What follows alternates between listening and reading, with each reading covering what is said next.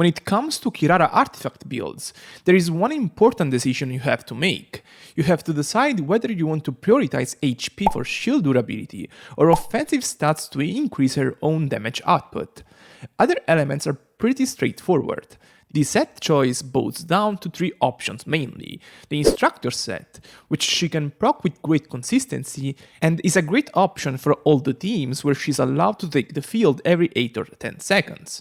This will be the case for Yae or Keqing quickswap teams, Nidhu teams, Tighnari double Dendro teams, and Alhaitham teams in general. For these last two teams, Gilded Dreams or Deepwood can also be valuable options, since they're teams where her damage is typically maximized, and she's allowed to equip offensive builds with decent results.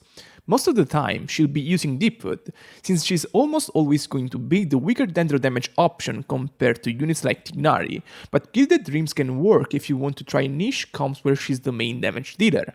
Still, even on those teams, Instructor overtakes Deepwood or Gilded if any of these two conditions is true. 1. The Dendro characters on the team are contributing to less than 50% of the team damage, or 2. At least 3 characters on the team benefit majorly from elemental mastery buffs. The first case generally applies to Tighnari teams, where both Fischl and Yae are really good in terms of damage, while the second case applies to Alhaitham teams in general, since he has huge elemental mastery related scalings and Nahida will also be on his team most of the time. For Sino teams, it's a bit more complex, since his on-field windows are so long that Kirara won't be able to maintain Instructor up for the whole rotation. This is not a massive blow for the set, as it still stacks up well compared to other options, but in this scenario, something like Deepwood on Kirara can match it if she's equipping a strong weapon, like Jade Cutter. I'll go in detail regarding her damage with different weapons later in the video. Still, given that Instructor should be her main option on most teams, it's worth mentioning that her damage ceiling with that set is not that high, so investing in offensive substats on it is not a big advantage.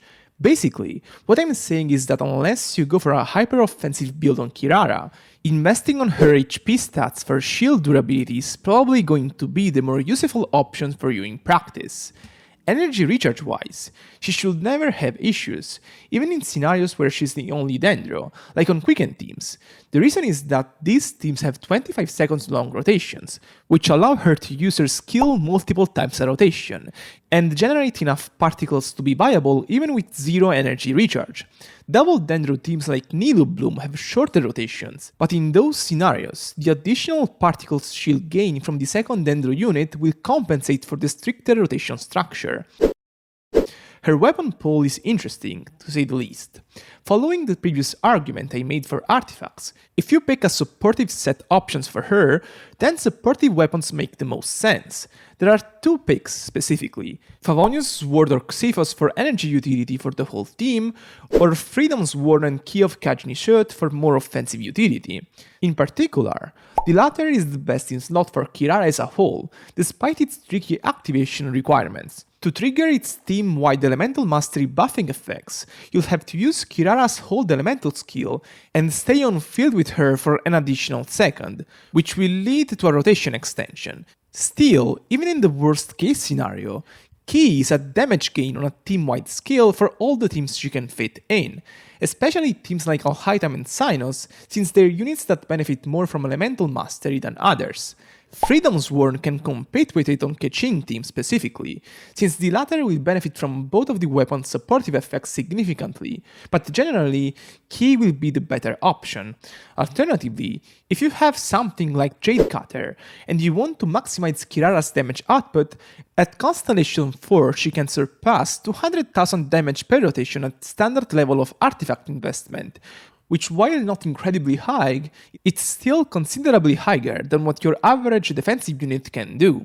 Basically, if you have Jade Cutter, then running an offensive build Kirara on teams like Synos can be a competitive option, both because of the rotation damage implications and because it allows you to front-load more damage, which is great for a character that typically has issues in multi-wave scenarios like Syno. All in all, in most cases you'll want to ignore Kirara's damage and prioritize team-wide elements, but there are specific situations where this choice might vary. I'm done for today. As always, if you enjoyed the video, make sure to leave a thumbs up and subscribe. See you next time!